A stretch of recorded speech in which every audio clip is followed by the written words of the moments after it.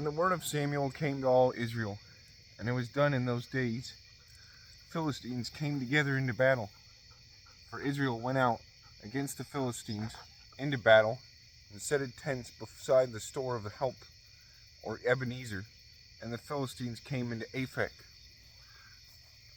beside the stone of help, or Ebenezer, and the Philistines came into Aphek, and made ready battle array against Israel. When the battle was begun, Israel turned their backs to Philistines, and as 4,000 of men were slain in that battle, everywhere by fields, and the people of Israel turned again to their tents. And the greater men in birth of Israel said, Why hath the Lord smitten us today before the Philistines? Bring we to us from Shiloh the ark of the bond of peace of the Lord, and come it into the midst of us, that it save us from the hand of our enemies. Therefore the people sent to Shiloh, and they took from thence the ark of the bond of peace of the Lord of hosts, that sat on cherubim, and Hophni and Phinehas, the two sons of Eli, were with the ark of the bond of the peace of the Lord. And when the ark of bond of peace of the Lord had come into the tents, all Israel cried with great cry, and the earth sounded. And the Philistines heard the voice of their cry, and they said, And what is this voice of great cry in the tents of Hebrews? And they knew that the ark of the bond of the peace of the Lord had come unto the tents of Israel. And the Philistines dreaded and said, God is come into their tents. And they wailed and said, Woe to us, for so great outjoying was not there yesterday, and the third day past. Woe to us! Who shall keep us from the hand of these high gods? These be the gods that smited Egypt with all vengeance in desert. Philistines, be ye comforted, and be ye men. Serve ye not to the Hebrews, as they have served to you. Be ye comforted, and fight ye against Israel. Then the Philistines fought, and Israel was overcome, and each man fled into his tabernacle. And a full great vengeance was made, and 30,000 of footmen of Israel fell down. And the ark of God was taken, and the two sons of Eli, Hophni and Phinehas, were dead.